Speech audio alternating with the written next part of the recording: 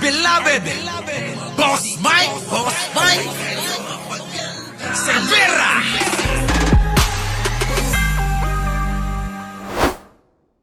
Tanong na nasagot matapos ilabas ng Philippine National Police Ah. ang mga CCTV footage ng putukan sa loob ng Senado noong gabi ng May 13. Mga kababayan, eto na ha. Yung marami nating katanungan ay nasagot na daw mula nang labas ang mga CCTV footage. Napanood ninyo kung paano tumakas si Bato, kung paano sumakay sa sasakyan ni Robin Padilla na nung una tinatanggi pa ng putang ina, di ba? Na bandang huli, siyempre alam niya naman na may CCTV, kaya pala hindi makasagot ng diretso na talagang siya talaga ang nagpatakas dun sa kalbo na yun. Oh. Nakuha nyo? Mga kababayan, tuloy. Ang komprontasyon ng Office Yan of the Surgeon at Arms at National Bureau of Investigation Agents Yan at na. kung paano ito nagsimula. Hmm. Pinagtabi namin sa kuha ng aming crew at Ah. mga reporter. Nako, yan na. Nakatutok si Marisol Abduraman. Ang mga pangyayari sa likod ng putukan sa loob ng Senado noong gabi ng May 13. Lalo na bigyang linaw sa mga CCTV na inilabas ng PNP. Ayan na. Meron na po mga operatiba ng NBI at ng CIDG ang pupunta dito para ako'y aristuhin. Kita niyo yung sinabi ni Bato? Nakita niyo yung sinabi niya na meron daw siyang impormasyon na may darating daw na taga CIDG at saka mga PNP, etc. na para daw siya arestuhin. Sino ho ba yung nagsabi na may aarestuhin dyan ho sa may Senado? Di ba yung si Mau Aplaska? Siya ho yun, mga kababayan. Kasabwat tong kalbo na to, tong putang inang kalbo na to, mga kababayan, demonyo talaga to. Kasabwat ito sa kaguluhan na nangyari. Ako naniniwala, mga kababayan. Kasabwat ito, demonyo to, mag-isip. Parang si Digong. Oo. Kita nyo mga kababayan, yung sinabi, ayan, tingnan nyo. Diba? CCTV na inilabas ng PNP. Meron na po mga operatiba ng NBI at ng CIDG ang pupunta dito para ako'y aristuhin. Kita nyo, meron na daw nakaabang na taga NBI at saka taga CIDG. Para daw siya pupunta raw siya at aarestuin daw siya. Kasama ho yan sa stage nila, mga kababayan. Maliwanag ho yan. Diba? At yun nga talaga yung nangyari, diba? O ginawa nga nung Mau Aplaska na nagsabi na meron daw silang someone na aarestuhin. Hindi naman sinabi kung sino. Mula nung sinabi yon, nagpanik na ho yung mga tao doon at maging yung mga media. Syempre sino ho ba ang alam nilang dapat arestuhin? 'Di ba si Bato? Ganun ho ginawa nila. Kita nyo? Nangyari. Matapos ang Facebook Live ni Senador Bato de la Rosa, dakong 5:30 PM noong araw na yon para manawagan sa kanyang mga taga-suporta na mag-vigil sa harap ng Senado dahil may darating daw ng mga taga-NBI para arestuin siya. Dakong 6:17 PM nang dumating ang 29 na NBI agents sa GSIS building na kadikit lamang ng gusali ng Senado. Para raw ito sa pagpapaigting ng seguridad ng GSIS sa kanilang mga lagusan papunta at galing sa Senado bilang pag-iingat sa nangyayaring tensyon sa Senado. Bagay na napag-usapan daw ng parehong maintenance management ng GSIS at Senado. Kita nyo, nag-usap pa pala yung maintenance management ng GSIS at ng Senado na ganun pala talaga yung ginawa nila na i-secure. Yung pong lagusan na yun. Bakit ho na ganyan na nangyari?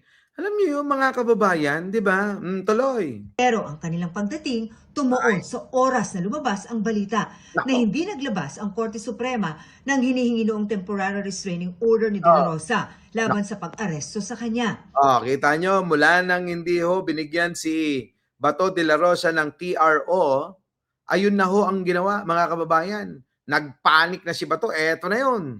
Grabe, no? Pagpaplano nila, no? Kaya noong mga oras na yon, nakaalerto na ang media para sa anumang posibleng mangyari. Ako. Sa timestamp ng CCTV, Kita nyo? kitang nagsimulang mag-inspeksyon ang NBI sa mga anilay vulnerable na bahagi ng GSIS building dakong 6:51 ng gabi. Oo. Ganitong mga oras din So nasa kabila naman building, di ba? Nasa kabilang building eh. na magsimulang maghanda si Nanoy Senate Sergeant at Arms Mau Aplaska. Nako. Sabi niya noon, may aarestuhan niya sila, pero hindi Kita nyo? Sabi nila noon, may aarestuhin daw sila. Ayan ho yung kwento eh. Sino yung aarestuhin mo? Ngayon ang tanong, paano hindi magugulo ang media? Bigla kang nagdeklara na may aarestuhin ka. Eh syempre isipin nila, si Bato lang naman ang pwedeng arestuhin dyan. Dahil hindi nga nabigyan ng TRO ng Korte Suprema. Pwede nang arestuhin. Ano nangyari? Bakit bigla kang nagpapaputok nang wala naman tao? Nang wala ka naman pinatatamaan? Yun. Oh, tuloy. niya pinangalanan kung sino. We're going to arrest somebody inside the... Sir, ano po? Ano po, sir? Sino, sir? Please clear the area! Clear the area! Clear the area! Diba? Pasado alas 7 ng gabi, dumating Mga kababayan, ayun na, may dumating na mga lalo ho etong mga kababayan, syempre tayo, naku, huli na nga talaga si Bato, di ba? ang mga naka-uniforming sundalo sa second floor ng Yung isang nagpaano ng mga tao, ala, yan na nga. Kahit tayo, mga kababayan, naniwala tayo na aarestoin na si Bato. Meron na hong mga pulis, mga kababayan, di ba? Senado at nag-anunsyo na naka-lockdown muli ang Senado. Sa CCTV, bandang 7:17 p.m., nakita ang dalawang NBI agents na ito na nasa outdoor canteen hallway. Ang isa sa kanila may inilalagay na upuan upang ipangharang sa isang hagdanan. Ganitong oras din namataan si De La Rosa no sumakay ng elevator kasama si Senador Robin Padilla. Nanggaling sila noon mula sa opisina ng Senate President Alan Peter Cayetano. Dakong alas 7:30 ng gabi, nakuhanan ng GMA News nang mag-drill o magbarena ang ilang tao sa isang pintuan sa bahagi ng GSIS building at lagusan patungo sa Senado na nasa kaparehong gusali. Ayon sa pulisya, mga taga-GSIS ang mga nagdidrill. Kasama rin nila ang isang nakasuot ng vest na may marka ng NBI. Siniselyuhan daw nila ang pinto na nilagyan pa ng metal screw para hindi mabuksan. Yan. Ang pagbabarena, dinig na dinig sa kabilang panig na pintuan na bahagi ng Senate building. Dakong 7:43 p.m., nakuhanan si Aplaska habang sinusuotan ng Di ba mga kababayan, gago ka ba? Binabarinahan nga para hindi nyo mabuksan. Paano masasabi na nilulusob ka? Kung sinasaran nga lalo yung pintuan para makapunta ka sa Senate building. Nakuha nyo mga kababayan ko? Paano yung sinasabi ni Aplaska na susugurin sila? Kinakandado nga nila yung daanan paano makakasugod yun. Ingot din mga kababayan itong mga katwiran bulletproof vest. At ilang saglit pa, kasunod nito ay tinunguna ng armadong grupo ni Aplaska ang isang hallway sa Senado. Kita nyo mga kababayan, ayan na tingnan nyo. Tingnan nyo, hinaharang lang ho yung media. Tapos magpapaputok ng baril mga kababayan, Gago talaga. Habang ang nakabuntot na media, pinigilan ng makalapit. Dakong 7:46 p.m., sa CCTV makikita si Aplaska na tumungo sa dulo ng hallway malapit sa bintana. Kasunod nito,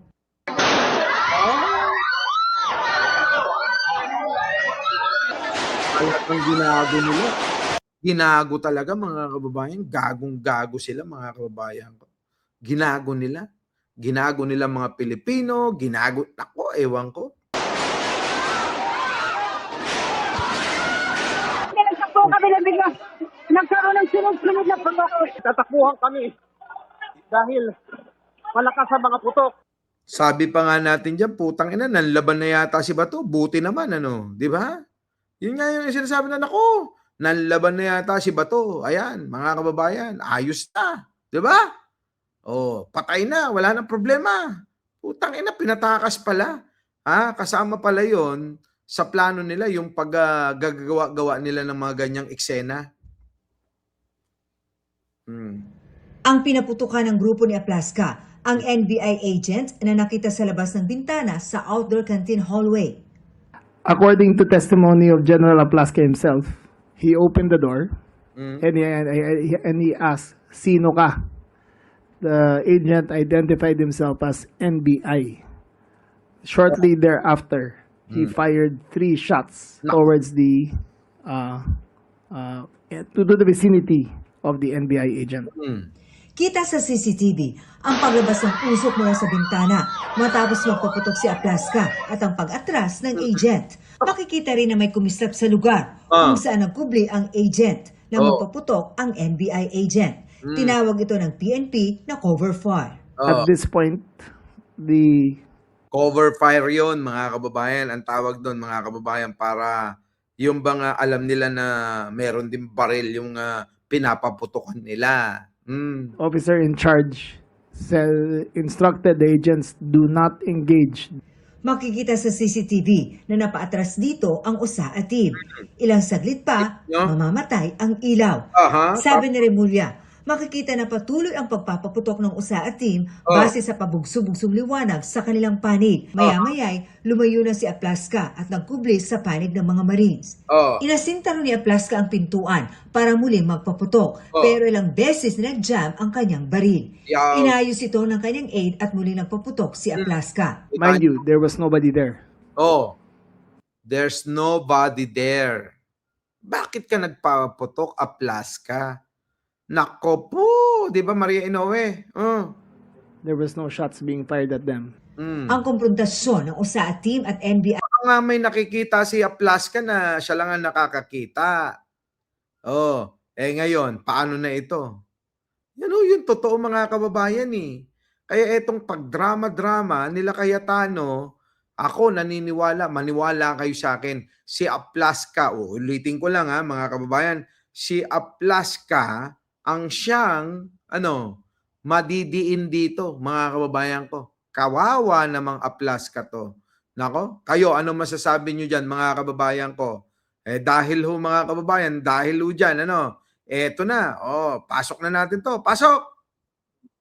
Pulisya ang ebidensyang nagpapakita ng pagsakay umano ni Senador Bato de la Rosa sa puting Kasama ho ito, mga kababayan. Na mga kababayan ko. Yung tinatanggi nung una ni Robin Padilla, nitong sila nitong mga abogado na wala daw alam, ganyan. Ito na ho yung malinaw. Na kitang-kita na ho. Na sumakay sa sasakyan ni Robin Padilla. Ngayon marami hong nagsasabi na pwede daw sampahan ng kaso si Robin Padilla sa ginawa niyang pakikipagkutsaban at obstruction of justice daw yun, mga kababayan. Obstruction, mga kababayan, at hindi ho dito sa Pilipinas lang makakasuhan, kundi pati sa korte, sa ICC. Nako! Kung seryosohin ito ni Trillanes, baka nga mangyari na pati itong si Robin Padilla, mangyari, makulong din doon at magkakaso. SUV na pagmamay-ari ni Senador Robin. Ulit. Hawak na raw ng pulisya ang ebidensyang nagpapakita ng pagsakay umano ni Senador Bato de la Rosa sa puting SUV na pagmamay-ari ni Senador Robin Padilla. Madaling araw ng Huwebes nakuhanan ang sasakyang ito na palabas mula sa Senado. At batay naman sa iba pang hawak na ebidensya, sinabi ni DILG Secretary John Vic Remulla na malinaw na walang nangyaring pag-atake sa Senado. So yan, mga kababayan, tuldukan na natin yun. Alin yung tutuldukan natin, mga kababayan? Tuldukan na natin na wala talagang nangyaring pag-atake diyan po sa Senado, katulad po, mga kababayan, ng sinasabi nitong sila Alan Peter Cayetano. Diba? Ano siya sabi? We are under attack. Gumaganong-ganong pamputang ina. Yan maliwanag. Si John Vic na mismo ang nagsabi, wala hong pag-atake diyan po. Saan? Sa Senado. Saksi si Van Mayrina. Ito ang makuha ng CCTV na mangyari ang putukan sa Senado noong Miyerkules, May 30. Pinakita ng mga tauhan ng Office of the Senate Sergeant at Arms o OSAA ang mga taga-NBI na nasa GSIS. General Aplaska called in the OSAA operatives, including the PNP and the Marines, and gave the order to lock and load. In his order, you could see the Marines were cocking their guns. So it was lock and load. After which he proceeded to the hallway leading to the doorway where the NBI were previously reconnoitering. General Aplaska did it in full view of the press. In normal situations, if there is a perceived confrontation, you will clear the building of all personnel because of possible stray fire. However, he allowed them to follow. Kasi dapat hinuli mo na eh. Di wala na sanang maraming kwento tayo, ano? Dapat hinuli na lang ni John Vic eh. Di tapos na. Maya-maya makikita si Acting Senate Sergeant at Arms Mau Aplaska na una nagpaputok. Mind you, there was nobody there. Ayun na nga ho yun, mga kababayan. Eh. Natalakay na ho natin yan. Our beloved Boss Mike, Boss Mike.